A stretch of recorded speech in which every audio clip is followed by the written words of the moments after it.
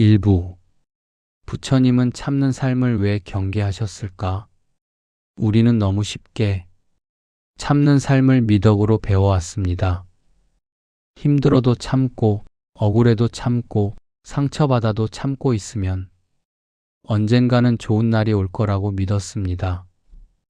그래서 많은 사람들은 자신이 무너지고 있다는 사실조차 모른 채 오늘도 조용히 견디는 쪽을 선택합니다.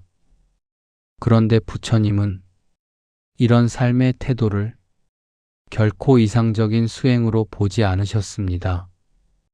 오히려 아무 말 없이 참기만 하는 삶을 가장 위험한 상태로 경계하셨습니다.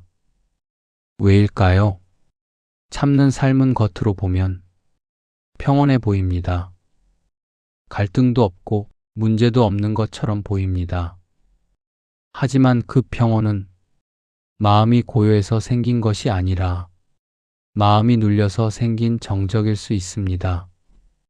부처님은 고통을 없애기 위해 참는 것과 고통을 이해하지 못한 채 눌러두는 것은 완전히 다르다고 보셨습니다. 우리가 흔히 말하는 인내는 대부분 후자에 가깝습니다. 이 정도는 참아야지. 이 정도로 힘들다고 말하면 안 되지. 다들 이렇게 사는데 나만 힘든 건 아니겠지. 이 생각들이 쌓일수록 마음은 점점 둔해집니다. 느끼지 않으려 하고 생각하지 않으려 하며 결국 자기 마음의 신호를 무시하게 됩니다. 부처님은 고통을 느끼지 않는 상태를 깨달음이라 부르지 않으셨습니다. 그건 마비에 가깝다고 보셨습니다.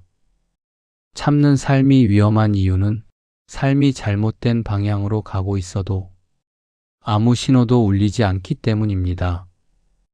그래서 어느 날 갑자기 사람은 이유 없이 무너집니다. 버텨온 세월이 길수록 그 붕괴는 더 조용하고 더 깊습니다.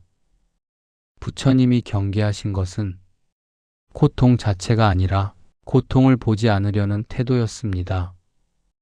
다음 장에서는 왜 참는 사람이 오히려 자신의 삶을 가장 늦게 이해하게 되는지 그 이유를 조금 더 깊이 들여다보겠습니다. 2부. 왜 참는 사람은 자신의 삶을 가장 늦게 이해하게 되는가? 참는 삶을 오래 살아온 사람들은 대개 비슷한 시점에서 멈춰 서게 됩니다. 무너진 것도 아니고 크게 실패한 것도 아닌데 어디로 가고 있는지 모르겠다는 감각이 찾아옵니다. 부처님은 이 상태를 삶이 어려워진 결과로 보지 않으셨습니다. 삶을 이해하는 과정이 계속 뒤로 미뤄진 결과로 보셨습니다. 사람이 자신의 삶을 이해하려면 먼저 자기 마음이 보내는 신호를 느낄 수 있어야 합니다. 불편함, 분노, 슬픔, 답답함 같은 감정은 삶의 방향을 알려주는 중요한 표식입니다. 그러나 참는 사람은 이 신호를 느끼는 대신 눌러두는 데 익숙해집니다. 이 정도는 참아야 한다고 생각하고 지금은 감정에 흔들릴 때가 아니라고 스스로를 설득합니다. 이 선택이 반복될수록 마음은 점점 말이 없어집니다. 느끼지 않으려 하고 묻지 않으려 하며 결국 왜 힘든지도 모른 채 버티게 됩니다. 부처님은 이 상태를 고요함이라 부르지 않으셨습니다. 자기 삶에 대한 이해가 멈춘 상태로 보셨습니다. 삶을 이해한다는 것은 옳고 그름을 판단하는 일이 아니라 어디에서 고통이 시작되는지를 아는 일입니다. 하지만 참는 삶에서는 이 질문 자체가 계속 미뤄집니다. 지금만 넘기면 괜찮아질 거라는 생각은 문제를 해결하지 않습니다. 그저 이해를 나중으로 미룰 뿐입니다. 그래서 참는 사람일수록 자기 삶의 중요한 갈림길에서 선택을 하지 못합니다. 이미 너무 많은 것을 참고 살아왔기 때문에 지금의 질문 하나가 모든 것을 무너뜨릴 것처럼 느껴지기 때문입니다. 부처님은 삶이 막혔다고 느껴질 때 대부분의 원인은 길이 없어서가 아니라 삶을 바라보는 감각이 무뎌졌기 때문이라고 보셨습니다. 참는 삶은 겉으로는 문제를 일으키지 않지만 안쪽에서는 자기 삶을 이해할 기회를 조용히 지워갑니다. 그래서 이해는 늦어지고 깨달음은 뒤로 밀리며 인생은 제자리에 머문 것처럼 느껴집니다. 다음 장에서는 부처님이 말씀하신 진짜 인내가 무엇인지, 그리고 그것이 우리가 익숙하게 살아온 참는 삶과 어떻게 다른지에 대해 이야기해 보겠습니다. 3부. 부처님이 말한 인내는 우리가 아는 참음과 다르다. 우리는 흔히 인내와 참음을 같은 의미로 사용합니다. 힘들어도 버티는 것, 불편해도 견디는 것, 감정을 드러내지 않는 것이 곧 인내라고 배워왔습니다. 하지만 부처님이 말씀하신 인내는 이런 태도와는 분명히 달랐습니다. 부처님에게 인내란 고통을 억누르는 힘이 아니라 고통을 분명히 바라보는 힘이었습니다. 참음은 지금 느끼는 감정을 없애기 위해 사용됩니다. 화를 누르고 슬픔을 숨기고 불편함을 모른 척합니다. 반면 부처님이 말한 인내는 그 감정을 제거하지 않습니다. 있는 그대로 인식하고 왜 이런 감정이 생겼는지를 끝까지 살펴보는 태도입니다. 그래서 인내에는 마비가 아니라 깨어있음이 필요합니다. 참는 사람은 상황이 지나가길 기다립니다. 인내하는 사람은 상황이 왜 반복되는지를 봅니다. 이 차이는 작아 보이지만 삶에서는 전혀 다른 결과를 만들어냅니다. 부처님은 고통을 없애려 애쓰지 말고 고통이 생겨나는 조건을 보라고 하셨습니다. 그 조건을 보지 못하면 아무리 오래 참아도 같은 고통은 다시 돌아옵니다. 그래서 참음은 잠시 고통을 미루지만 인내는 고통의 뿌리를 드러냅니다. 우리가 익숙한 참는 삶은 대개 두려움에서 시작됩니다. 관계가 깨질까봐, 상황이 더 나빠질까봐, 나쁜 사람이 될까봐. 하지만 부처님이 말한 인내는 두려움이 아니라 이해에서 나옵니다. 지금 이 상황이 어디서 비롯되었는지 알고 있기 때문에 당장 반응하지 않을 수 있는 것입니다. 그래서 인내는 아무 말도 하지 않는 것이 아니라 말하지 않아도 될 때를 아는 지혜에 가깝습니다. 참음은 선택이 줄어들수록 강해집니다. 인내는 선택이 늘어날수록 깊어집니다. 이 둘을 혼동하면 사람은 계속 견디면서도 삶이 나아지지 않는 이유를 이해하지 못하게 됩니다.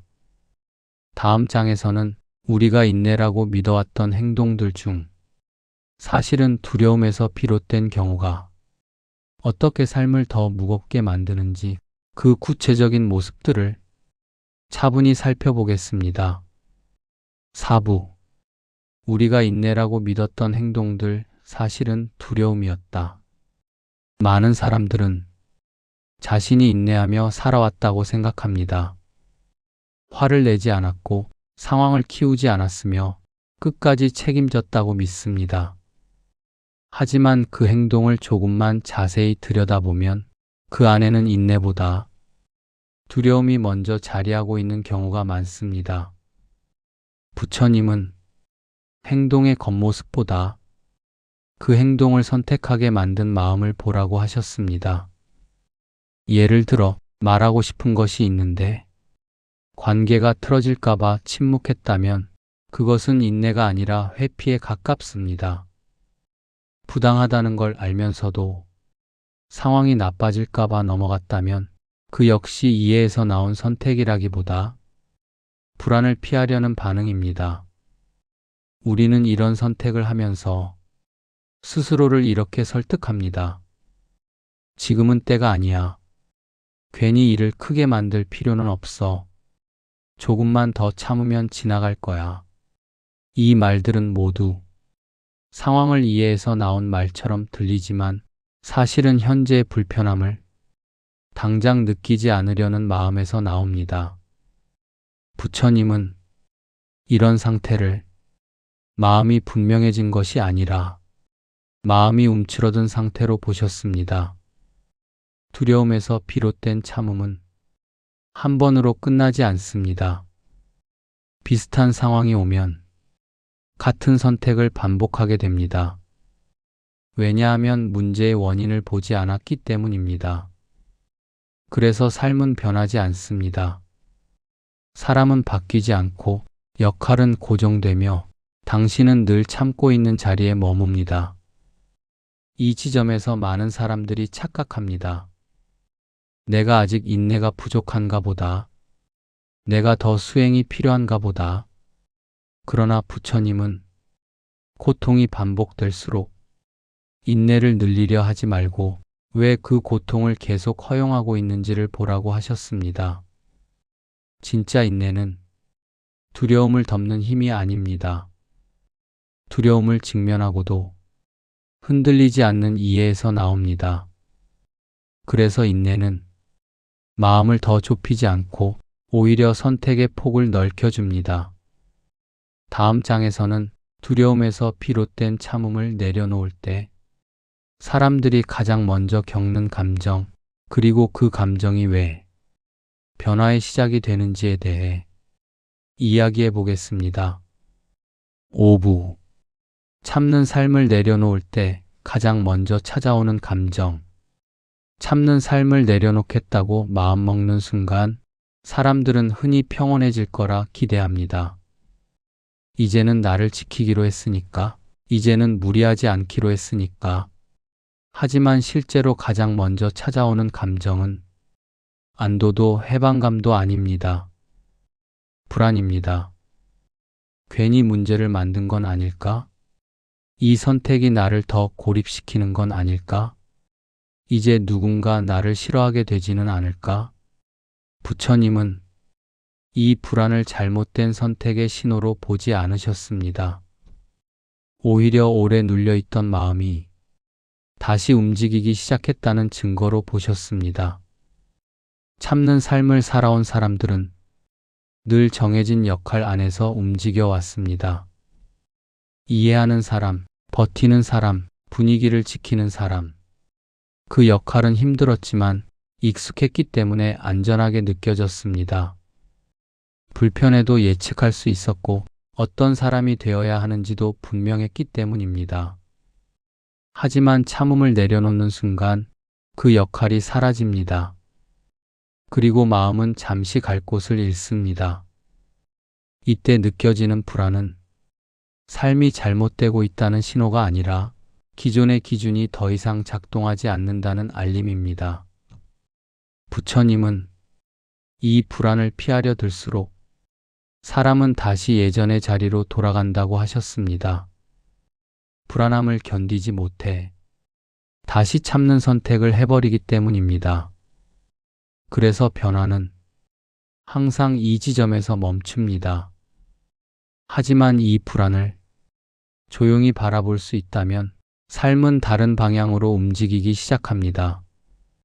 지금 느끼는 불안이 어디에서 비롯되었는지, 무엇을 잃을까 두려운지, 무엇을 처음으로 선택하려 하는지, 이 질문을 피하지 않을 때 불안은 고통이 아니라 방향 감각으로 바뀝니다. 부처님은 마음이 흔들릴 때야말로 삶의 기준을 새로 세울 수 있는 가장 중요한 순간이라고 하셨습니다. 다음 장에서는 이 불안을 지나온 사람들에게 어떤 변화가 실제 삶에서 나타나는지, 그리고 왜 그 변화가 겉으로는 느리게 보이는지에 대해 이야기해 보겠습니다. 6부. 참지 않기 시작했을 때 삶이 조용히 달라지는 지점들. 참지 않기 시작했다고 해서 삶이 곧바로 극적으로 변하지는 않습니다. 관계가 단번에 정리되거나 상황이 눈에 띄게 좋아지지도 않습니다. 오히려 겉으로 보면 아무 일도 일어나지 않는 것처럼 보입니다. 하지만 부처님은 이 시기에야말로 삶의 가장 중요한 변화가 시작된다고 보셨습니다. 먼저 달라지는 것은 외부의 조건이 아니라 마음의 반응입니다. 예전 같으면 참아야 할지 말아야 할지를 두고 혼자 수없이 고민했을 상황에서 이제는 질문이 조금 달라집니다. 이게 정말 내 몫인가? 이 감정까지 내가 책임져야 하는가? 지금 침묵이 이해에서 나온 것인가? 아니면 두려움에서 나온 것인가? 이 질문이 생겼다는 것 자체가 이미 큰 변화입니다. 부처님은 삶이 바뀐다는 것은 문제가 사라지는 것이 아니라 문제를 바라보는 눈이 바뀌는 것이라고 하셨습니다. 참지 않기 시작한 사람은 더 이상 모든 상황에 즉각 반응하지 않습니다. 잠시 멈추고 자기 마음을 먼저 살핍니다. 그래서 불필요한 감정 소모가 눈에 띄게 줄어듭니다. 설명하지 않아도 될 일에 굳이 에너지를 쓰지 않고 모든 오해를 바로잡으려 애쓰지도 않습니다. 이 변화는 조용해서 스스로도 잘 느끼지 못합니다. 하지만 하루가 끝났을 때 예전보다 덜 지쳐 있다는 사실로 서서히 드러납니다. 또 하나 달라지는 점은 선택의 기준입니다. 예전에는 어떻게 하면 문제를 피할 수 있을지를 먼저 생각했다면 이제는 이 선택이 나를 더 무겁게 만드는지 아니면 숨쉬게 하는지를 봅니다. 부처님은 이 기준이 자리 잡히면 삶은 자연스럽게 불필요한 방향을 버리기 시작한다고 하셨습니다. 그래서 이 시기에는 크게 나아가는 느낌은 없지만 되돌아가지 않는 힘이 생깁니다. 다시 예전처럼 무조건 참는 자리로 돌아가려 하면 마음이 먼저 불편해지기 때문입니다. 다음 장에서는 이 변화가 어느 정도 자리를 잡았을 때 사람들이 가장 많이 품게 되는 질문, 그리고 부처님이 그 질문에 어떻게 답하셨는지를 살펴보며 이 이야기를 마무리로 향하게 하겠습니다. 7부. 그럼에도 묻게 된다. 참지 않으면 나는 어떤 사람이 되는가? 참는 삶을 내려놓고 나면 사람들은 거의 같은 질문 앞에 서게 됩니다. 이제 나는 어떤 사람이 되는 걸까? 참지 않으면 이기적인 사람이 되는 건 아닐까? 냉정해 보이지는 않을까? 사람들이 나를 멀리하지는 않을까? 부처님은 이 질문이 생겼다는 사실 자체를 아주 중요한 징조로 보셨습니다. 그동안 타인의 시선 속에서만 자신을 정의해 왔다는 뜻이기 때문입니다. 참는 삶에서는 이 질문을 할 필요가 없었습니다. 정해진 역할이 있었기 때문입니다. 이해하는 사람, 양보하는 사람, 늘 참는 사람. 하지만 그 역할을 내려놓으면 스스로를 규정할 기준이 사라집니다. 그래서 불안해지고, 그래서 이 질문이 떠오릅니다. 부처님은 이때 사람들은 두 가지 극단을 상상한다고 하셨습니다. 계속 참으며 사는 삶과 모든 걸 거부하는 삶. 하지만 수행의 길은 항상 그 중간에 있다고 보셨습니다. 참지 않는다는 것은 화를 내고 상처 주는 것이 아닙니다. 상황을 정확히 보고 지금의 침묵이 필요한지 말이 필요한지 스스로 아는 상태입니다.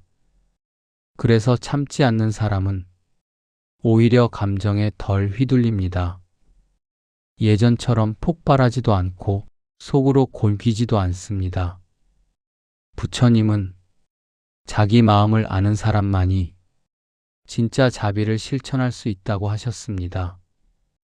자신을 모른 채 베푸는 친절은 결국 누군가를 원망으로 바꾸기 때문입니다. 2단계에 이르면 사람들은 서서히 깨닫습니다.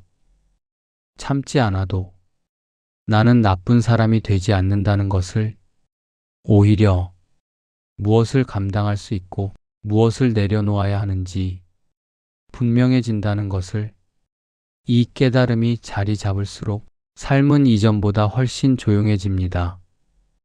불필요한 갈등도 줄고 괜히 스스로를 탓하는 일도 사라집니다. 다음 장에서는 이 긴 이야기를 정리하며 부처님이 바라본 참지 않아도 되는 삶의 모습이 무엇이었는지, 그리고 우리가 이 지점에서 어떤 태도를 가져가면 좋은지에 대해 마지막으로 이야기해 보겠습니다. 8부. 부처님이 말한 참지 않아도 되는 삶. 이제 다시 처음의 질문으로 돌아가 보겠습니다. 부처님은 왜 참는 삶을 경계하셨을까요? 그 이유는 단순합니다. 참는 삶은 고통을 없애지 못하기 때문입니다. 다만 고통을 보이지 않게 숨길 뿐입니다. 부처님이 바라본 삶의 목표는 조용히 버티는 것이 아니라 고통이 생겨나는 조건을 이해하는 것이었습니다. 그래서 참지 않아도 되는 삶이란 아무것도 견디지 않는 삶이 아닙니다. 오히려 무엇을 견뎌야 하고 무엇은 내려놓아야 하는지를 분명히 아는 삶입니다. 그동안 우리는 참아야 착한 사람이라고 배워왔고 견뎌야 성숙한 사람이라고 믿어왔습니다. 하지만 부처님은 성숙함을 자기 마음을 모른 채 버티는 데서 찾지 않으셨습니다. 자기 마음을 정확히 알고 필요 없는 고통을 더 만들지 않는 데서 찾으셨습니다. 참지 않아도 되는 삶은 사람을 함부로 대하는 삶이 아닙니다. 오히려 자신을 함부로 대하지 않는 삶에 가깝습니다. 이제 당신은 모든 상황에서 참고 견딜 필요가 없습니다. 침묵이 이해에서 나왔는지 두려움에서 나왔는지를 스스로에게 묻기만 해도 충분합니다. 그 질문 하나로 삶은 이미 이전과 다른 방향으로 움직이기 시작합니다. 부처님이 말한 수행은 고통을 미화하는 길이 아니었습니다. 고통을 줄일 수 있는 지혜를 삶 속에서 길러가는 과정이었습니다. 혹시 지금도 참는 것이 습관처럼 느껴진다면 그 습관을 탓하지 않아도 됩니다. 다만 이제는 그 참음이 어디에서 비롯되었는지를 조용히 바라보면 됩니다. 그것만으로도 삶은 더 이상 같은 자리에서 맴돌지 않습니다. 오늘 이 이야기가 당신에게 조금이라도 숨이 트이는 계기가 되었다면 그것으로 충분합니다. 참지 않아도 되는 삶은 이미 당신 안에서 시작되고 있습니다. 오늘 이 시간 당신이 참고 견뎌온 마음을 잠시 내려놓을 수 있었다면 그것만으로 충분합니다. 삶은 언제나 참는 사람에게 더 많은 인내를 요구하지만 부처님은 스스로를 이해하는 사람에게 비로소 자유가 시작된다고 하셨습니다. 지금 이 순간에도 당신의 삶은 조용히 방향을 바꾸고 있습니다.